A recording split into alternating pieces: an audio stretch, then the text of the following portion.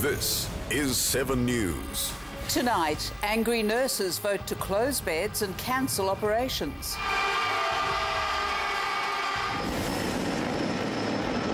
Traffic problems from a fire that could burn for days.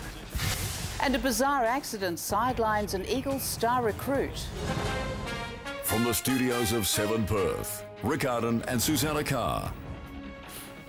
Good evening. WA nurses say they will close beds and disrupt elective surgery in their fight for more money. The retiring boss of the health department says the nurses' industrial action will place patient care at high risk. Political editor Jeff Parry reports. A fire burning in a huge pile of mulch in Bayswater caused traffic chaos this morning. Smoke from the blaze forced Tonkin Highway to close at peak hour. And there could be more headaches on the way for motorists, with the fire expected to burn for days. A man who threw accelerant on a Cannington woman and set her on fire has pleaded guilty to attempted murder. The court heard Anto Bintan bound Su Ling Tao's feet and hands, injected her with a sedative and set her on fire inside her Cannington unit. She suffered third-degree burns to 60% of her body.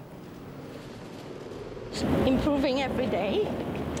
Yeah, thank God, praise God. Yeah. Did she want to be here today? She can't. She can't.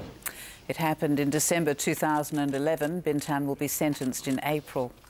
A school warden who preyed on young boys at a Katanning boarding school has been jailed for an extra 9 years. Officially named WA's worst pedophile, Dennis McKenna apologised to his victims, but they say they'll never recover and are still fighting for justice. Jessica van der End reports. Heading home from the city tonight are feeling the effects of new road closures as part of the Elizabeth Quay redevelopment. Grant Taylor is on the Esplanade. And Grant, how's it looking?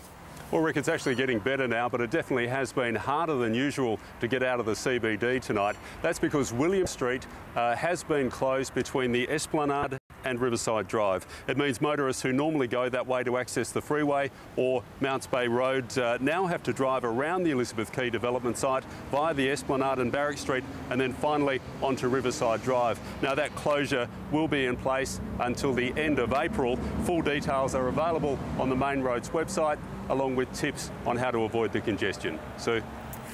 Thanks, Grant. Senior Labor ministers are describing today's disastrous opinion poll as a wake-up call for the Gillard government. The Prime Minister's popularity has plunged, along with her party's. Mark Riley reports. A church pastor says Oscar Pistorius is a broken man as he remains locked up in a police cell in South Africa ahead of another court appearance tomorrow. The Blade Runner has formally pulled out of athletics events in Australia, including Perth, as new details emerge about the death of his girlfriend. A young Mandurah man given a 10% chance of survival is on a campaign to save as many lives as he can. Clinton Heal was a fit footballer with Peel Thunder when he discovered a lump on his neck. What followed was a fight for life and a dedication to fighting skin cancer. Tracy Moran reports. Up next, we've got another report concerning your health. We'll tell you about the official foods that could help lengthen your life. And a German tourist plunges to his death at a popular picnic spot. A 19-year-old German tourist has died at a popular picnic spot southeast of Perth. The teenager was climbing a cliff at Serpentine Falls around 2 yesterday afternoon when he slipped and fell into the water. Police believe the man may have hit his head on a rock.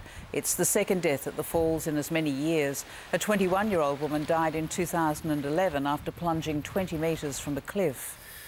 New research shows more than half of premature deaths in Australia are linked to poor diet, with obesity now a major public health concern.